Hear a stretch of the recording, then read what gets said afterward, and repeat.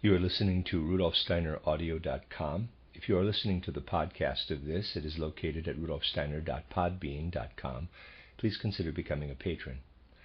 As well, there are two publishing houses, steinerbooks.org in America and rudolfsteinerpress.com in England, who are the sole publishers of Steiner into English and have given me permission to do these recordings. Please consider patronizing them as well. This is a reading of a Collected Works, volume 313 by Rudolf Steiner, entitled Illness and Therapy, Spiritual Scientific Aspects of Healing. This is lecture 8 of 9 lectures, translated by Matthew Barton, given in Dornach on the 18th of April, 1921. Today's lecture will be a colorful potpourri of further wide-ranging comments to extend what has already been said about our medicines. Initially, in a way similar to yesterday's efforts to consider the world of plants, I would like to focus on interpreting mineral-related processes that affect us.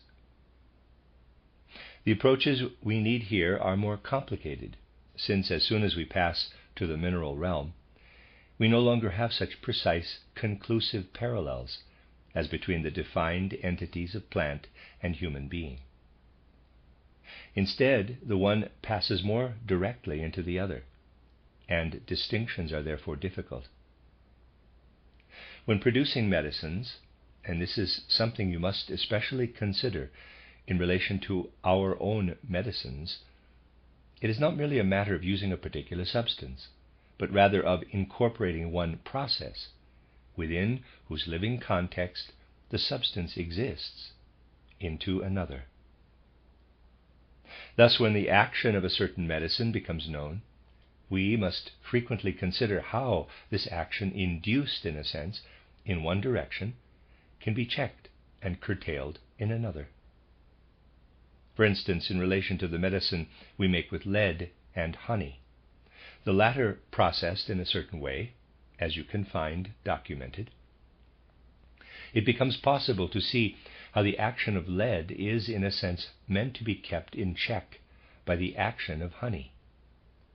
The action of lead on all the capital I governed developmental processes within us is in fact enormously powerful. You recall how we described a physical activity within, or rather emanating from, the human head, then an etheric impression, an astral impression, an eye impression. The eye, primarily, as we said, impresses itself in the movement system. The action of lead works with particular force on this eye impression, in association with the astral impression.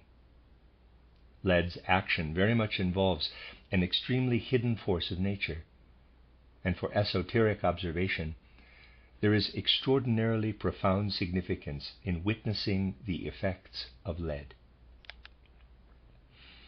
These effects are of very great importance for our being before it ever embarks on its descent into physical life. It is here that the actions of lead are especially significant. Lead, you see, not only exerts the effects familiar to us, but also, very largely, the polar opposite effects. And these polar opposite effects stream in from the cosmos, whereas the effects we are familiar with radiate out into the cosmos from the earth. One could draw a diagram of this as follows. If this is the earth's surface, the familiar actions of lead radiate outward. And there's a drawing, see also plate 7. Whereas the polar opposite actions stream in from all sides. They have no center from which their radiations emanate, are not centralized forces, but are forces that work in from the periphery. These peripheral forces are particularly connected with the development of spirit and soul in us, and their realm is one we must really depart from, largely depart from, when we embark on our descent into the earthly sphere. This is why lead's opposite forces are invoked in the earthly sphere, and why these are then toxic. This is, in fact, a general, universal secret, we should be fully aware of. That everything spatially connected with the human being's soul and spirit nature, which we can therefore generally speak of as a spatial relationship, is toxic within our organism. So that really the very meaning of poison must be derived from this. What we find here, therefore, is a strong spur or stimulus, a kind of whipping up of these eye-reflecting forces within human nature. And everything that occurs in cases of lead poisoning, primarily, tends toward thorough destruction and dehumanization of the human being's form and image, insofar as he is an eye. All possible symptoms that signify a gradual transition into bodily non-existence, though of course we die before we reach this point, right down to voice loss and so forth, through to states of unconsciousness and stupor, testify to the fact that our innate developmental forces are being thoroughly destroyed. You see, the principle of human development is destroyed, with the destruction coming from our upper organism. And this upper organism is polar opposite to the lower. Something which is a destructive element in the upper organism in large quantities acts constructively in small quantities, in dilution, from our lower organism. In passing, I would like to say here that in my view the never-ending dispute between homeopathy and allopathy will only be resolved once people can study constituent aspects of the human being as spiritual science describes them. Whereas the principle of homeopathy cannot be in doubt, or ought not to be, at least, given the wealth of empirical findings it offers, those who take the opposite stance and are not in the habit of basing conclusions just on the evidence, for homeopaths always take a more phenomenalist approach than allopaths, who invariably taint their medical rationale with all sorts of prejudices, all kinds of extraneous deliberations and tendentious views about the human organism, will find it difficult to understand the principle that a substance with a morbid effect in large quantities can have a therapeutic effect in small ones. This principle does not actually entirely accord with the facts, but only does so if we extend it by saying that what causes a morbid effect in our lower organism exerts a medicinal action in small quantities, where its effect proceeds from our upper organism, and vice versa. This reformulation of the homeopathic principle would be the only suitable way of resolving the dispute. If we turn back from this little parenthesis to a medicament in which we seek to achieve an effect through a particular way of processing lead and honey, you can see how from below we counteract by means of very dilute lead the forces that destroy the human form. This is contained in the action of lead. Now we try to build up this eye-configuring power in a patient. You see, here we transpose eye activity into the physical organism. And by making a person physically well, we render him mentally weak in respect of everything that should work up, also organically, from below. On the one hand, we bring a person back to his proper course of development, since developmental forces are defective, by using the action of lead in response to certain processes of disease. But weakening, which runs parallel with inducing a person to develop his self-configuring powers once again, can easily reach a stage where we undermine the forces proceeding from his eye and astral body, and particularly those issuing from the eye. So we can say that we cure what a person acquired, or rather acquired as a deficiency when he entered earthly life. But we weaken him in relation to what he needs to develop organically while he lives this life. The added action of honey, however, in turn counteracts this, and in other words, strengthens the forces issuing from the eye. You see, in developing such a medicine, it is largely a matter of understanding what actually happens within us. Now, if we wish to understand the actions of the mineral realm in us, we have to examine how minerals act within the earth. Here we first have to familiarize ourselves with the significance of salts in the earth's evolution. In evolution, the salts signify what the earth accomplishes. What the earth accomplishes is contained in the action of salts. By developing salt, it really builds itself up. And if we pass from the salts to the acids, for instance, specifically studying the acidity present in the earth domain, in the watery, fluid earth realm, we have something that corresponds as polar opposite to what arises within us in the internal process of digestion. That is, digestion after food has passed through the stomach. If we examine all these processes in earth evolution, insofar as they represent a relationship between acids and salts, in other words, what we observe externally nowadays in chemistry, in terms of the process that develops from the alkalis through the acids to the salts, then this sequence of alkalis, acids, and salts encompasses what occurs in the earth developing process. And this process is largely a negative electrical process.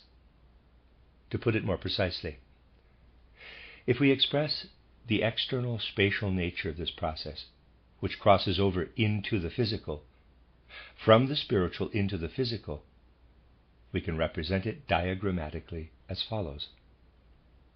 From the alkalis, passing through the acids to the salts, an effect occurs which is basically only hinted at here in terms of its direction.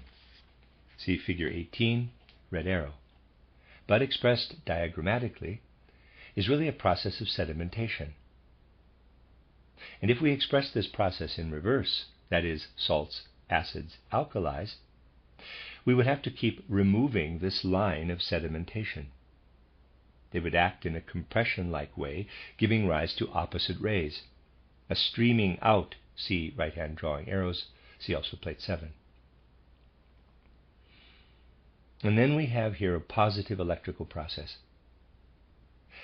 And I believe if you examine what I have drawn here, a diagram that is accurate, you will no longer be able to doubt the fact that this diagram is one drawn by nature itself. If you take a look at anodes and cathodes, you will find this picture inscribed by nature itself. If we now come to the actual metal process, in other words, approach the metals themselves, then we have in them something by means of which the earth undevelops, in quotes, as the opposite of develop, a word that no longer exists in our language, but which nevertheless expresses a reality.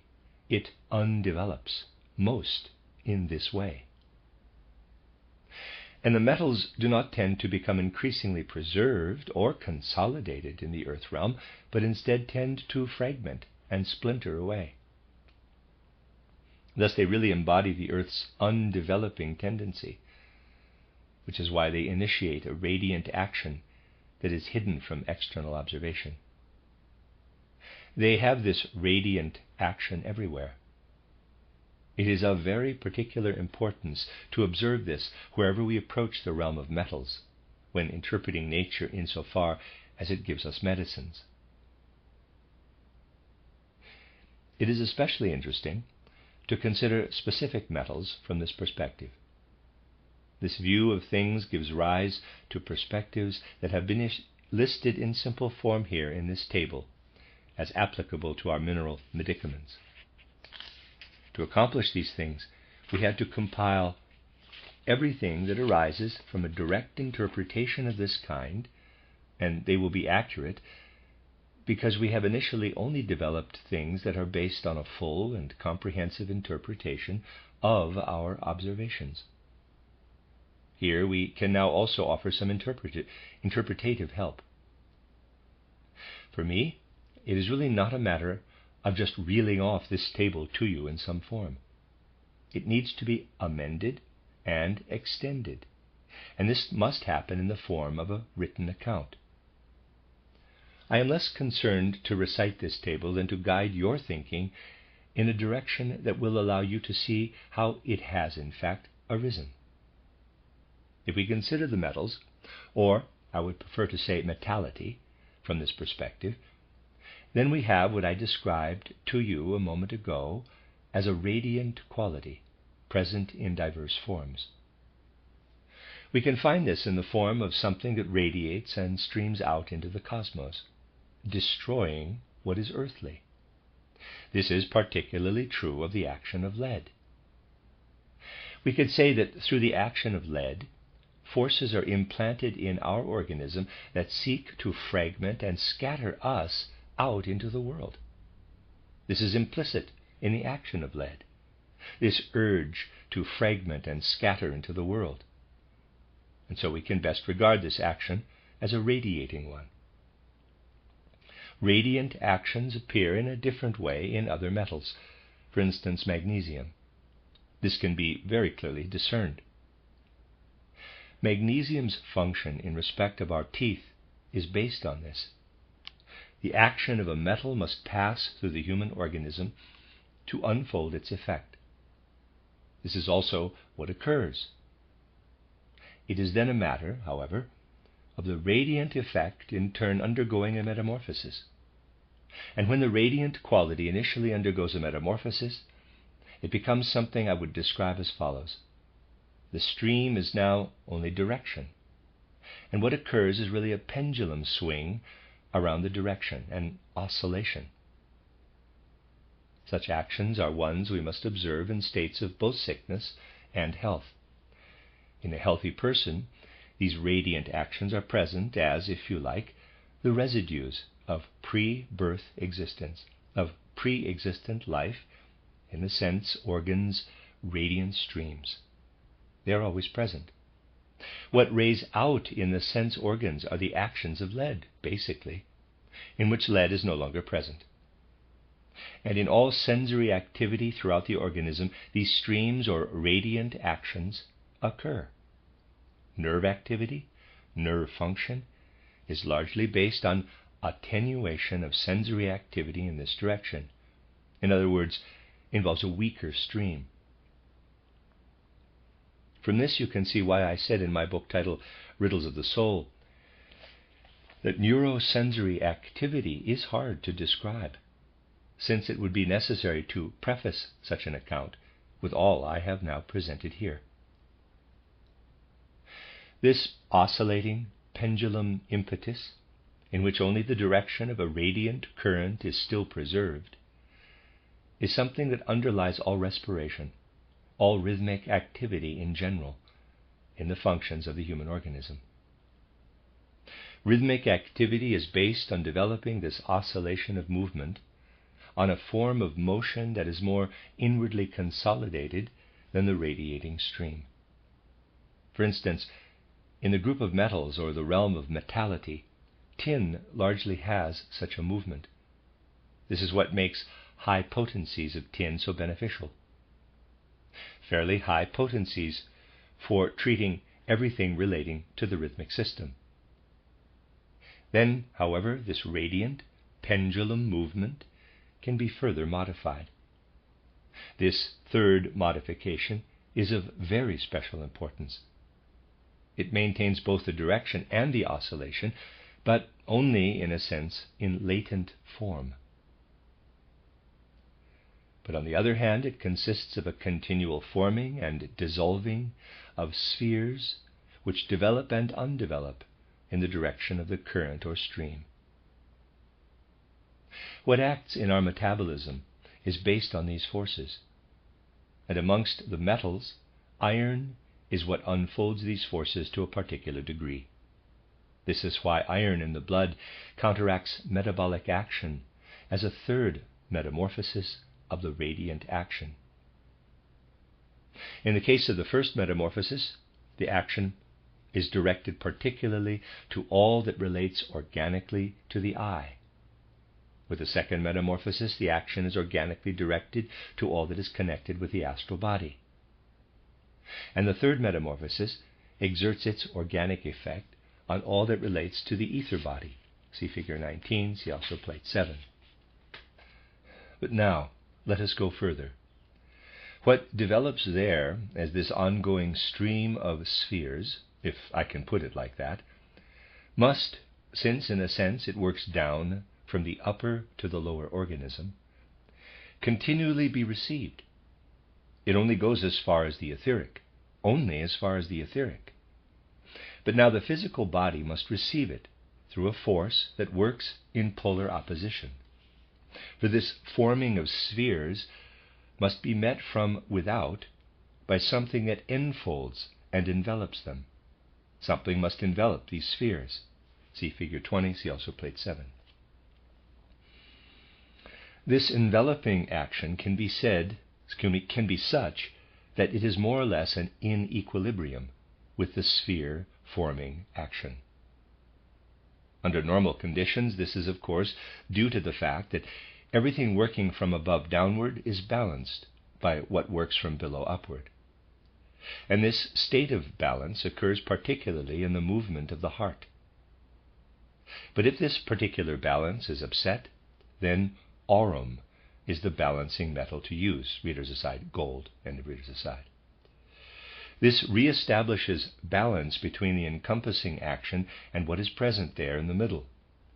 Aurum can be used in circulatory and respiratory disorders, for which there are no other concomitant symptoms that present follow-on effects. Where the causes of disorder are not found to lie elsewhere in the organism, we can use aurum. If we notice, however, that the causes of disorder arise from a region other than, say, the boundary between the lower and upper organisms, then we must see that the more etheric spiritual process unfolding there is not being met within the patient by sufficient enveloping substance processes. And if the activity we find there lies in digestion beyond the intestinal walls toward the interior organism, expressly beyond the intestinal walls, then copper must be used to promote this enveloping process. This takes us to the mode of use for copper, which you will also find amongst our medicines, and which is indicated in cases of malnutrition that present as malnutrition-related circulatory disorders. If we are faced with circulatory disorders that are not to be regarded as a consequence of malnutrition, then we give aurum. If circulatory disorders are caused by malnutrition, then cuprum is called for. Now, counter processes to the other radiant processes must also, of course, exist. Material counter processes to etheric spiritual processes. When the process we must now regard as an inner process causing this pendulum swing, the oscillation becomes abnormal. When it becomes too strong, it can be chiefly observed in all that lies toward the exterior, on this side of digestion, in assimilation by the intestine of what has been ingested. Also, everything that occurs in the realm of sexuality, for instance, radiates out of a person like this. See figure 19, somewhat resembling the staff of Mercury. The Mercury staff, or caduceus, derives from this. Such things played into the development of these so-called symbols. What is at work here must be opposed, if it is not to burst its bounds, by the formative material forces that keep it in check and stop it from getting out of hand. These are largely to be found in Mercury, and thus we indicate a domain where it is really extremely important to connect what I said in the previous course with what we are now exploring in a more inward direction. If you connect these two aspects with each other, you will then have the whole process. This is something now that plays entirely into the astral, which arises there through the pendulum swing of radiant movements I described, and through the corresponding counteraction. This goes right into the astral. See figure 19. But now, however, we may also need to engage with the actual radiant process itself, which is of course present in the human organism in the most manifold forms. On the one hand, we find this in everything that acts by radiating out through the skin, and also has this direction of radiance in it. But we also have this process in everything of a diuretic nature, everything in us that acts to evacuate or expel. Just as in gastrulation during the embryonic process, what is outermost turns innermost, so here, in this radiation, we see something that equally works outward through the skin, and in a sense then reverses direction in the urine-forming process, in the process of evacuation.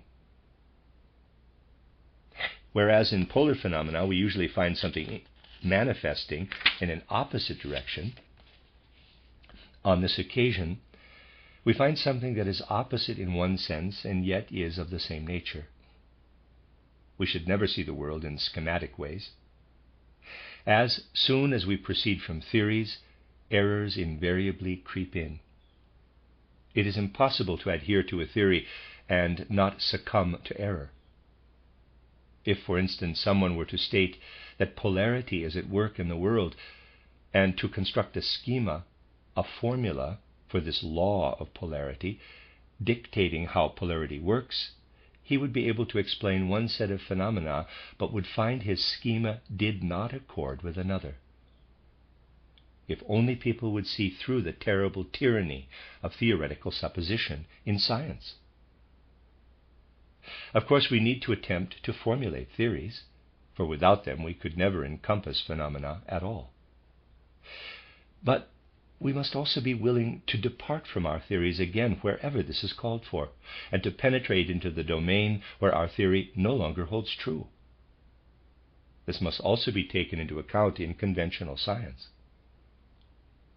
If we wish to propound evolutionary theory in an external exoteric sense, we should follow external evolutionary theory and simply reshape it accordingly, and so forth. If we wish to understand the human being from within, we have to take our guideline from what anthroposophy offers. Neither an anthroposophical nor an anthropological theory can be handled other than by departing from it when necessary and entering a different domain. But in what we call anthroposophy here, of course, we must enter the sphere of soul and spirit, and from there return again to external sensory phenomena. This path, you can observe, is one I pursued in an entirely independent way in my early books and in subsequent works. And now I try to include the other aspect as well. Fools will, of course, find these books to be riddled with contradictions, and on this basis they mount their idiotic attacks. There are German periodicals, of course, run by people devoid of any judgment, which engage in idiotic combative campaigns as if this were a serious discussion of anthroposophy.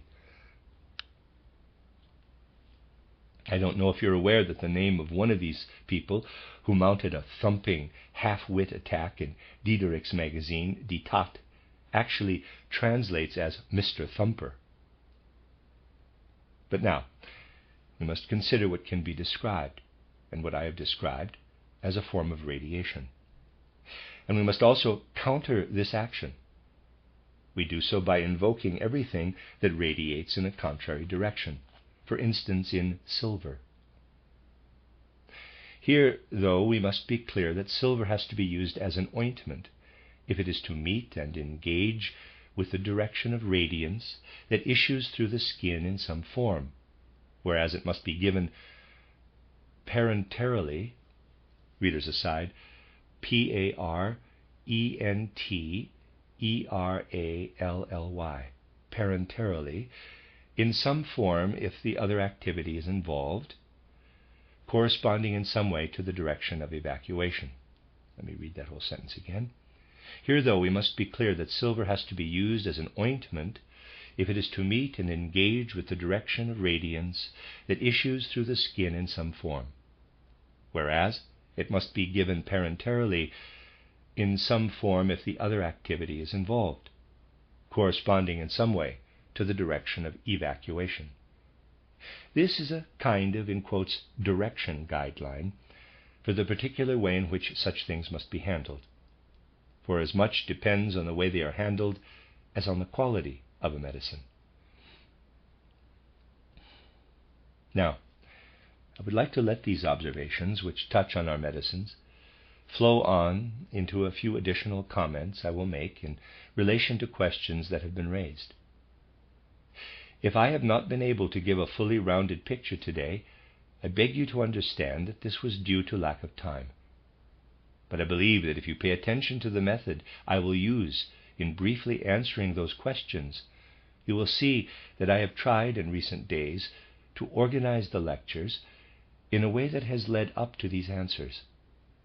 I'll start, therefore, with a very characteristic question that someone asked, which relates to something real. The question was whether there is anything in the widespread popular view, which is founded on something real that people observe too little and therefore frequently overlook, that menstruating women emanate a kind of flower wilting force, that, in other words, flowers in their vicinity fade and wilt, especially if they pick them up. Now, you need only consider the view of the human being we have elaborated here to discover the inner cause of this phenomenon. Just consider that what works in the flower and enters into the flowering process strives upward from below. This flower force in us, on the other hand, follows a direction that strives downward from above. And so here, certainly, we have a polarity between what is cosmos and organically oriented. You only need to picture how this normal upward striving into the flower is opposed by what moves down from above in us. See Figure 21, see also Plate 7. An equilibrium is needed here, as exists in us under normal circumstances. Now, imagine that the descending forces are intensified as this comes to expression in menstruation. These intensified forces work in opposition to the plant's flowering forces. Thus you can grasp this real connection, this strange connection, preserved in instinctive modes of perception and traditional lore, and can discern it by seeing things in this way. Now, there is another question I have been asked. Quote, what treatment can be offered in cases of asthma, which is caused by spasms, and presenting as a syndrome involving blood congestion above and ischemia or exsanguination below? Close quote. What does this condition tell us? This form of asthma means that the neurosensory process has slipped down into the breathing process. Excessive activity in the breathing process causes the sensory process to slip down into it. We must counteract this in a polar way. We have to work against it from the opposite side. In other words, what nature has allowed to pass from outside in must be counteracted with forces that have the proper direction. You will achieve this if you introduce the acid process through the skin. In other words, if you use carbon dioxide baths or other acid baths. This will have an extremely beneficial effect for patients with this type of asthma. In this context, various further things can be used, which you will discover if you consider the other aspect I have mentioned. Now, I was also asked about the rationale for something which, and this also was part of the question, has caused such astonishment and joy in our clinics, that is, milk injections to treat blennorrhea. Readers aside, blennorrhea is spelled B-L-E-N-N-O-R-R-H-O-E-A, blennorrhea. I'm reading it sort of like diarrhea. Okay, end of readers aside. The fact that this is connected in a large number of cases with lactation can be gathered from what I have presented in this course in relation to lactation. If you recall, we identified a sensory process in lactation, but one that has slipped further down. I detailed the abnormality that occurs here, and naturally the product retains directional forces. Basically, this is a process in which what has occurred within an organ is perpetuated. If you inject it, you can naturally counteract a process associated with fairly similar aspects. This is therefore something where a chance empirical finding, based on trial and error, has had an extremely ingenious outcome. It is generally very important to consider process metamorphoses. If we cannot discern how processes metamorphose, we won't really be able to properly assess the simplest conditions. Then the question arose as to the real cause of colds, of all kinds of complaints that we summarize under this diffuse term. Here too, albeit in a different way from that cited previously, sensory activity is pushed down into respiratory activity. Secretions or exudations that occur in consequence are only a reaction to this. Here something occurs in the organism, situated more toward its surface, which continually occurs in the interior of the organism through the reciprocal action of neurosensory activity and metabolic activity. This continually occurs within us.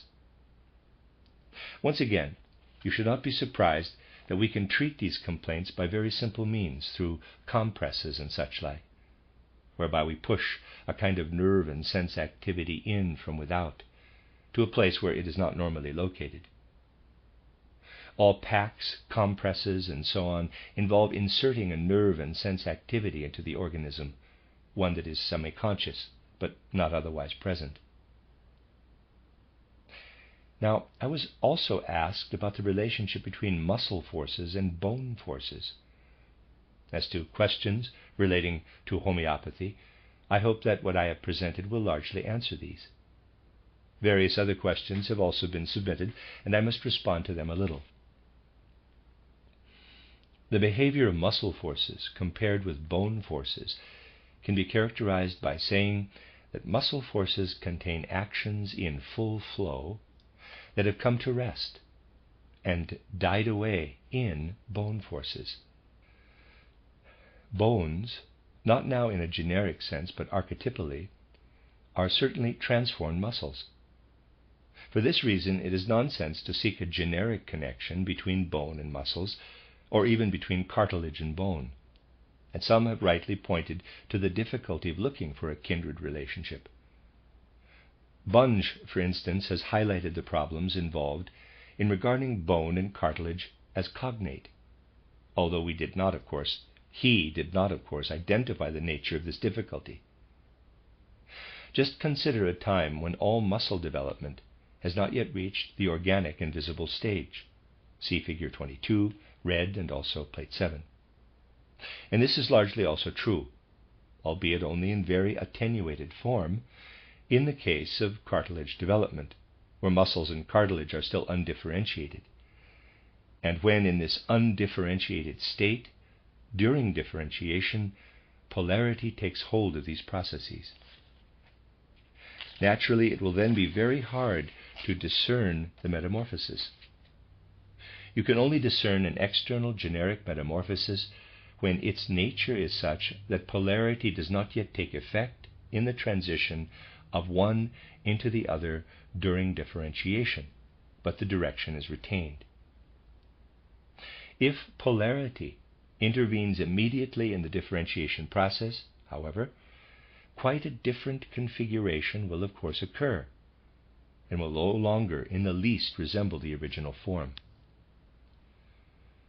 Some questions will be answered in the session immediately following this one, but I would beg you to regard the next question as one that takes us into an area where deep confusion can arise, and where we should avoid drawing analogies.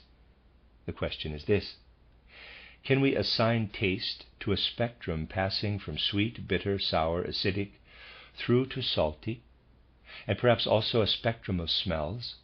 And if so, how? In relation to such things, specifically taste and smell, we really have far too few objective phenomena for analogies to be useful. Practical application of such things is of relatively little significance.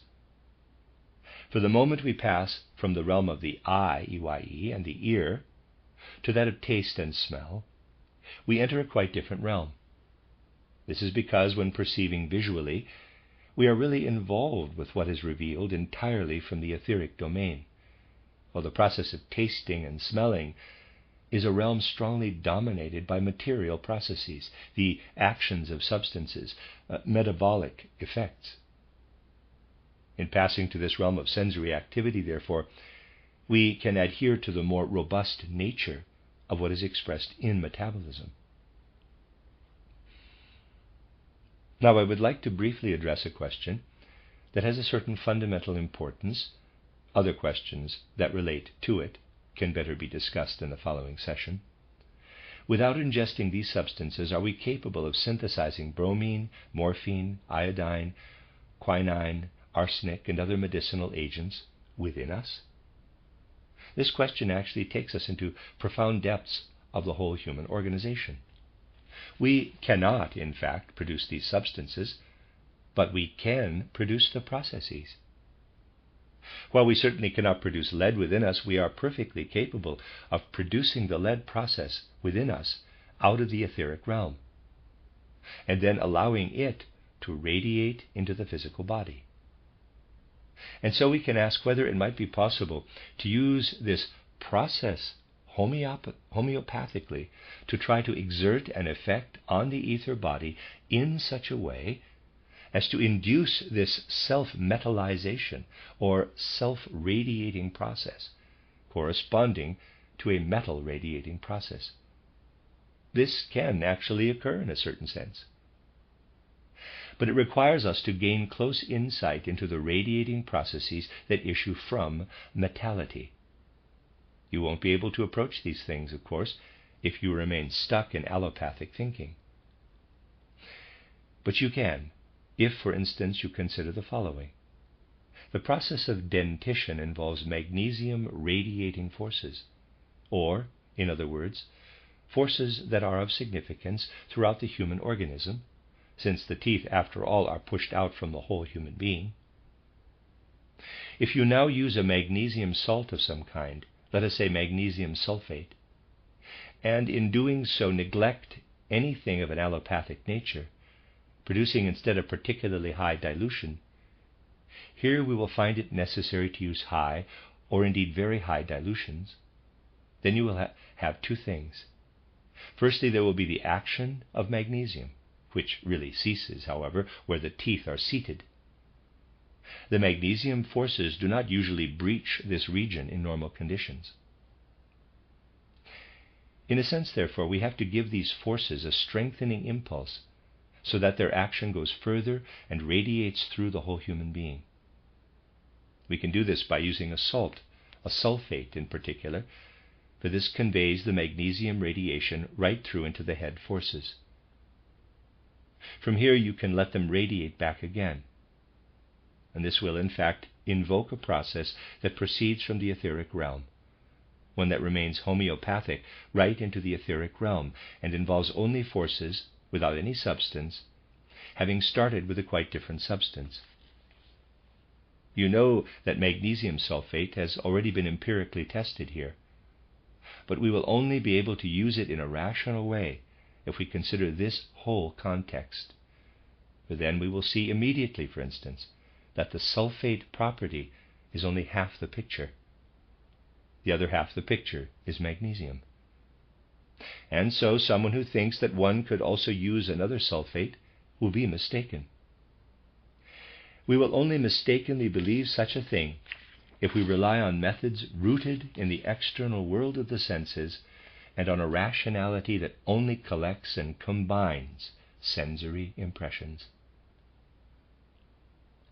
To end, in relation to everything presented today, I would just briefly like to point out that we must, firstly, try to select isolated phenomena in order to delve behind the observed effects. But having done so, we must in turn compile and interrelate all these things. In giving these lectures, I have asked you, perhaps rather a tall order, to interrelate and gain an overview of everything presented. And now I would like to suggest one way in which things can be interrelated. For instance, someone asked me about Graves' disease. Here you could even look back to what I said in the first eurythmy lecture, when I pointed out that the thyroid is something like an incomplete brain.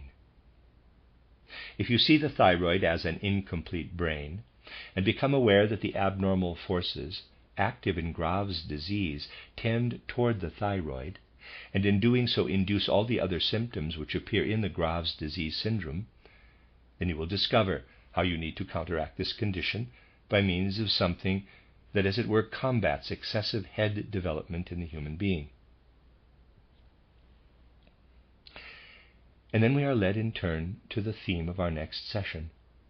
We will find that we can exert a very beneficial effect on such things through purposeful movement, notably through purposeful movement accompanied by the speaking of consonants.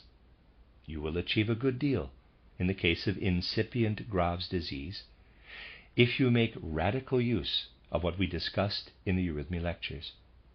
So there we have a connection, an interrelationship. Now, rather than ending, we will conclude for the time being, apart from our next session, in the hope of continuing with these matters on another occasion. After a short break, we will reconvene and examine aspects that relate more to eurythmy. The end of Lecture 8.